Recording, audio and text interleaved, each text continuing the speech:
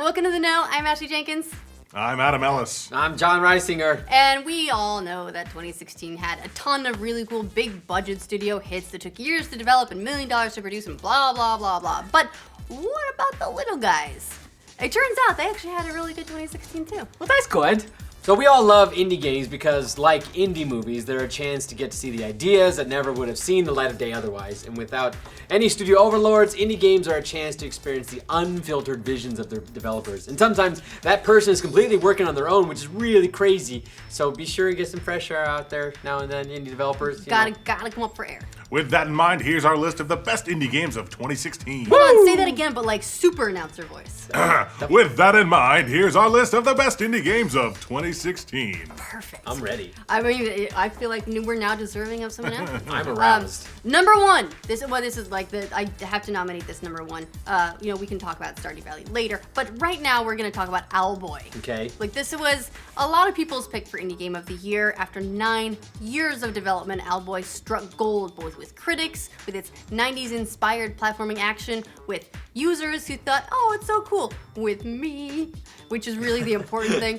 You play as Otis, the product of a clan of human and owl hybrids trying to save your village from an attack by pirates. I mean, sure, like, wouldn't you hybrid with an owl if you got the chance? I'd fucking owl. You know what I mean?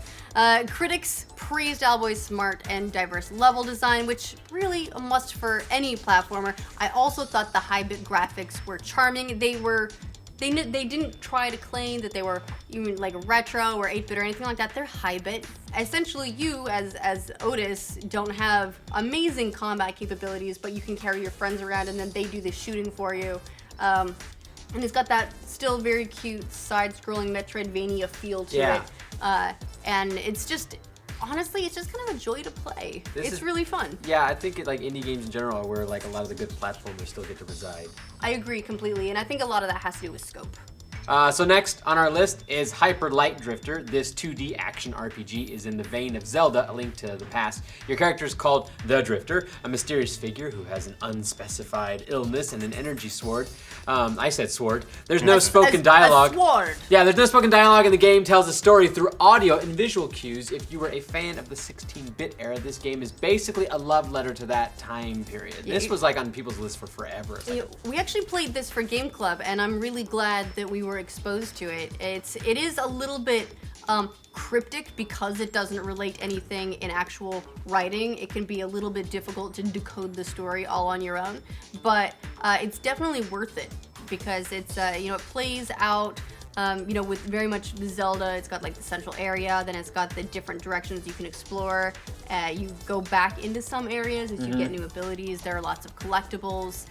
It's really cool. It's retro, it's small in scope, it's very simple and directed about what it's trying to do, but it's very, very good at it. And then, of course, since we're all still talking about pixel art kicks, let's talk about Stardew Valley. Yay! If you ever played Harvest Moon, or if you just kind of want to know why those games were so popular, now's your chance to find out. Stardew Valley lets you repair a rundown family farm, get it back on its feet. In addition to farming, you can also fish or cook or craft or just head off to the mountains and fight monsters if that's what you'd rather do. Now, many critics noted that once you scratch the surface of this game, its depth really starts to reveal itself, which is pretty incredible considering that this game was the product of one person. It came out earlier this year for PC. It just released for Xbox One and PS4, so now everyone can really play it. The developer's been great about updating the game, adding new love interests, new buildings, new crops, all kinds of stuff, and we'll be bringing multiplayer to the game as well, so you can farm like with friends. That's fun.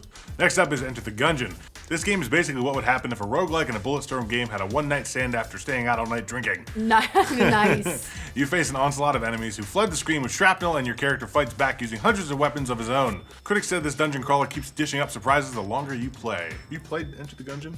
No. It's a Neither lot did I. of fun. I'm glad we're talking about it. So what do you like about the So game? you played it? It's just a really challenging twin-stick shooter. And that's basically all there is to say. Okay. There's different nuances to the different characters you play or the different weapons you use. Okay. But it's a blast. Next one on our list is Darkest Dungeon. This game is an ode to the days of hardcore turn-based combat. Your character has inherited an old estate that has been overrun with monsters, as it does. You must recruit heroes to explore the area and kill bad guys. The combat is standard JRPG fare, but what sets this game apart is its focus on the emotional toll that killing monsters takes on your heroes. They can develop neuroses that leads to big problems down the road. Critics called it a unique take on a well-worn genre. There's also Thumper. This is another game that could really only have been made by an indie developer. Thumper practically creates a new genre of game. It's billed kind of as a music game, but it's really more of a rhythm violence game. That where sounds awesome. You guide a beetle through all these layers of spikes and walls and everything while trying to escape a bunch of giant demon heads to this pulsing, awesome soundtrack. Also, a real darling of PlayStation VR. Oh, actually, I saw gameplay of this one. Yeah, the music and everything about it was an interesting concept to it. Like it's disturbing. Next, Hypersensitive Bob. This game also illustrates why indie games can be so awesome. Hypersensitive Bob, which is a fantastic name ever, is a roguelike starring Bob. Who would have guessed? Yeah, big spoiler there. Who is allergic to everything. You run around with his Gun 2000 and try to overcome his allergies. Perfect. Yeah, so you can see why a major studio probably wouldn't greenlight this, but critics praise this game's design that harkens back to the 90s, as well as its bright colors and a great soundtrack. Abaddon 3: The Warborn. This game is a throwback to classic RPGs like Baldur's Gate. You choose from classes ranging from Blade Master to Sorcerer to Tinker Mage, and join the fight between two warring factions on the continent of Linnaeus. And as a player, your choices actually make a big difference in the world. Critics praised its solid gameplay, turn-based combat, and super deep story. We don't have nearly enough games like Baldur's Gate, if you ask me. Pony Island. This game has one of the weirdest plots of all time. Yes, it may even be weirder than having lots of allergies. Hit me with it. As the player, you're trapped in a malevolent arcade machine that was built by Satan. Cool. And then, in order to escape, you have to hack through the game's programming and figure out puzzles that were designed by the devil himself. This sounds so awesome, but I'm curious about the title. It's a really fun way of presenting all the puzzles, and it's like, the thing is, they can have a lot of fun with it because, oh hey, all these puzzles were designed by the devil to torture you, and so they can be a bit tongue-in-cheek and a bit self-aware and have some fun with it. Speaking of fun puzzle games, The Witness. Aha! This first-person adventure game encourages you to explore an open-world island while solving a bunch of brutally difficult puzzles. Brutally.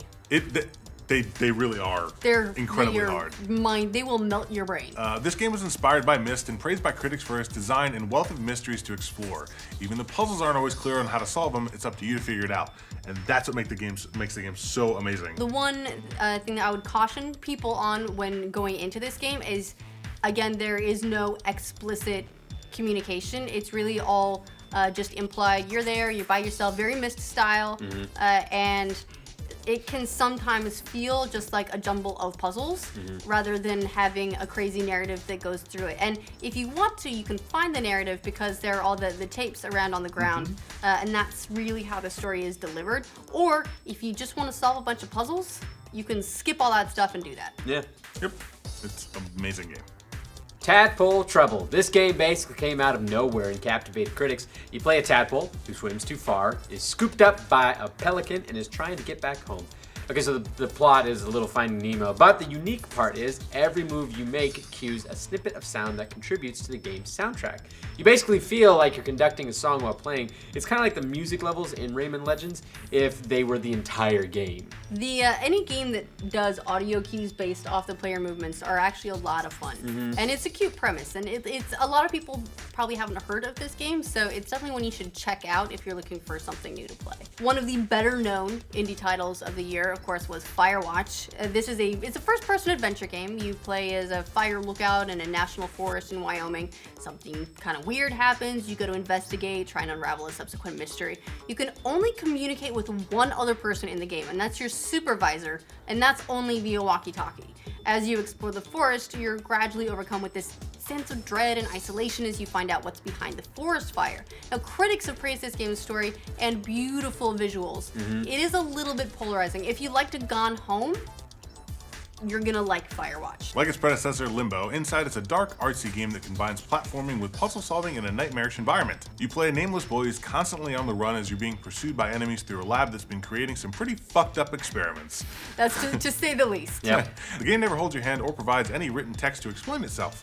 Plus, you're always seconds away from death, which serves to ramp up the tension as you try to escape. Pretty much everyone loved Inside, and it was one of the highest scored games of the year on Metacritic. So that's our list of some of the best indie games of 2016. There are obviously a lot more. There's so many indie games now. It's kind of like, I don't know, it's a good problem to have when you have so many really awesome indie games. But what were your favorites? What did we miss? Let us know in the comments. And for all your indie game news, like this video, subscribe to The Know, and keep an eye out for our other videos throughout the holiday break, looking back at 2016 and ahead at 2017. Ooh.